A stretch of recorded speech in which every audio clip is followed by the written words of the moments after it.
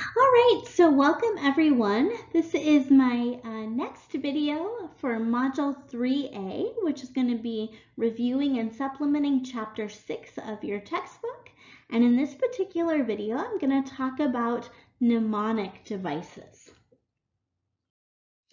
Okay, so what are mnemonics or mnemonic devices?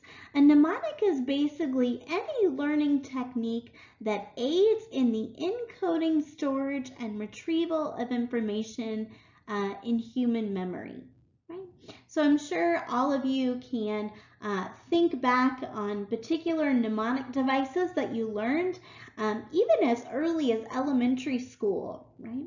So I think of, for example, every good boy does fine for learning the notes on a scale, and also things like PEMDAS or please excuse my dear Aunt Sally for remembering the order of operations, right? So really regardless of the particular discipline or topic that you're talking about, there are effective mnemonic devices, right? But our definition of what a mnemonic is kind of broad.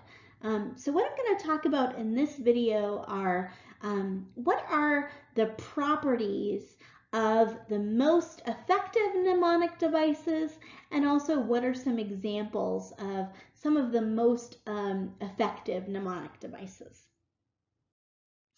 So the best mnemonic devices are really going to have one or even all three of these properties.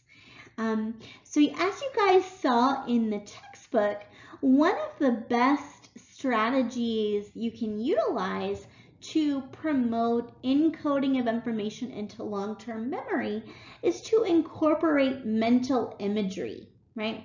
So you saw in several different experiments, one experiment compared performance when you're simply rehearsing words, right, in your like you would for short-term or working memory. So you're rehearsing word pairs versus generating a mental image that incorporates both of the words in the pair. Your memory is going to be better later on for or people who generated the mental image did much better on a later memory test than people who engaged in just sort of that natural verbal learning or verbal rehearsal strategy, right? So anytime that we can incorporate mental imagery, that's going to result in better encoding into long-term memory. So that's one of the core features of the most effective mnemonic devices is incorporating some form of mental imagery or conjuring up some kind of mental image, and usually the wackier or more unusual the mental image, the better. One of the core properties of an effective mnemonic device is that it's going to allow you to actively associate new information that's with information that's already stored in your long-term memory, right? So it's going to allow you to connect whatever you're trying to learn with information you already know. And just like we saw in my discussion of the benefits of retrieval practice, right? It makes sense that mnemonic devices are going to be more effective when you come up with them yourself rather than simply being handed a mnemonic device. Okay, so real quick, I'm just going to go through the two mnemonic devices that you guys watched in the videos. So the first one is a method called, or a mnemonic called the method of loci. So the method of loci actually generated with the, originated with the ancient Greeks who were looking for ways to basically maintain an oral history. Rather than having to rely on handwritten records, which weren't common in that particular age. So they had to commit large amounts of information to memory if they wanted to pass down that information through generations. And the method of loci is a very, very effective strategy, again, regardless of the type of material that you're trying to learn. And in fact, this is a technique that a lot of medical students use when they're going through medical school and they have to learn, for example, chemical formulas and very complex things like that for psychopharmacology and so forth. And it's also something that memory athletes use extensively. So I'm sure you guys read in the text about the people who compete in memory challenges, even at the international level, often have particular techniques that they use for superior encoding of information and retrieval of information, and this is one of those tried and true techniques. Right? So what you do with the method of loci is you think of a journey that you have taken many, many times. Right? So if there is a grocery store right across or a couple blocks down from your apartment, right, you would sort of mentally think about each location that you come to as you're walking from your apartment to that store, right?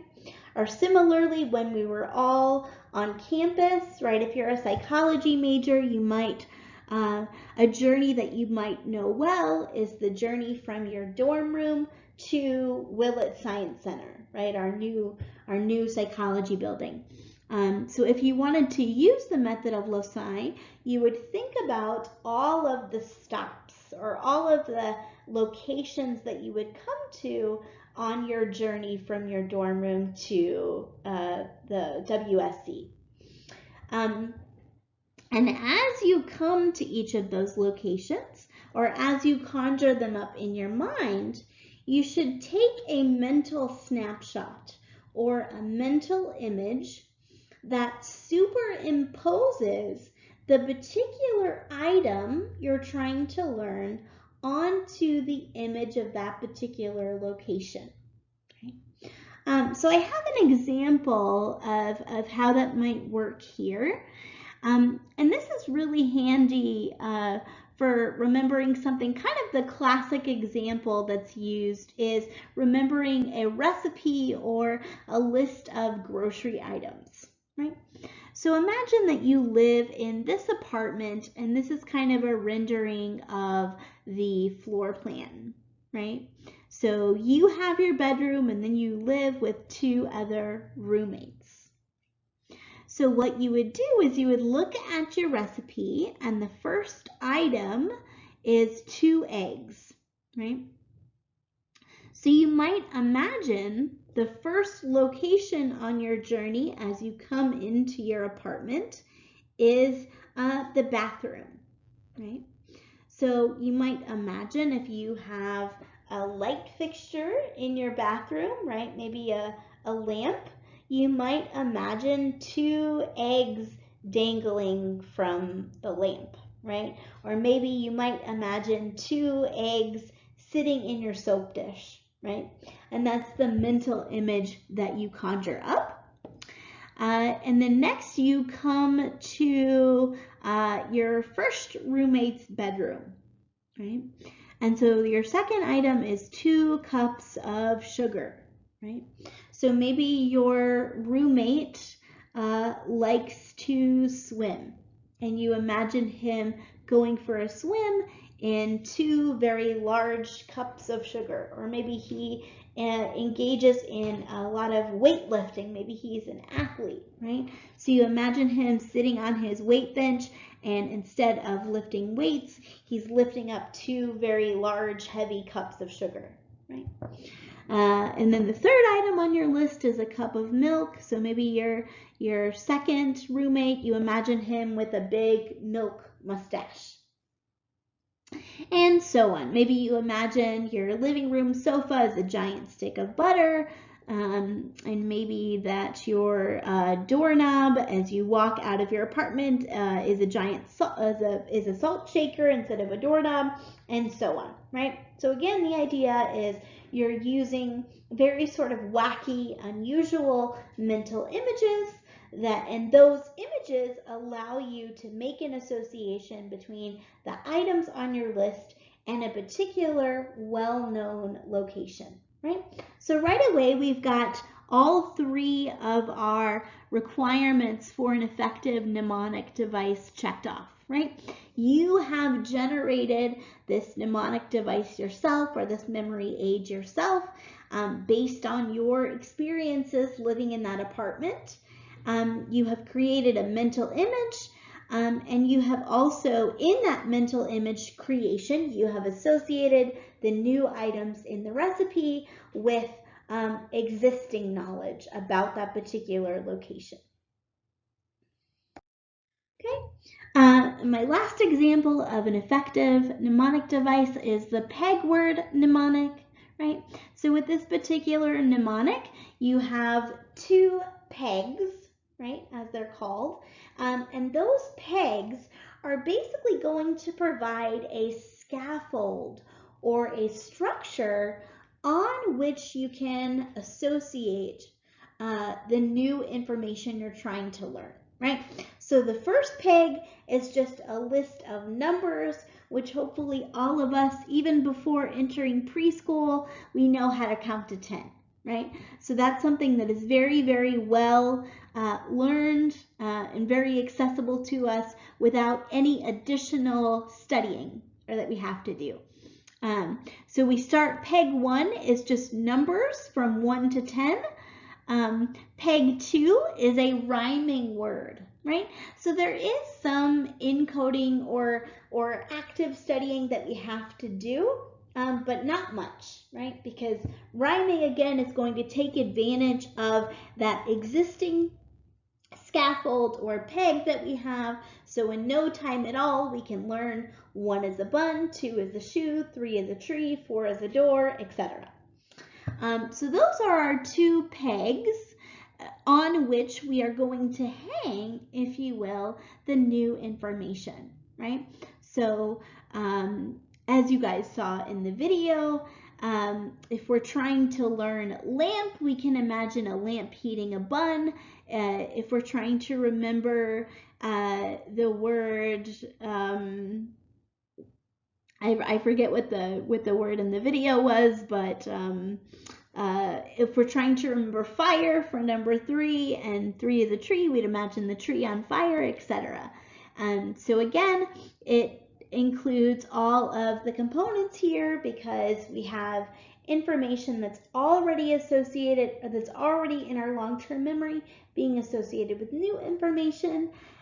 We have mental imagery because we're coming up with these images, and again, it's self-generated because we're creating the images ourselves. Okay, so this was just meant to be kind of a short video talking about some of the most effective mnemonic devices and why they are effective. Okay, all right, so I'll see you guys in my next video.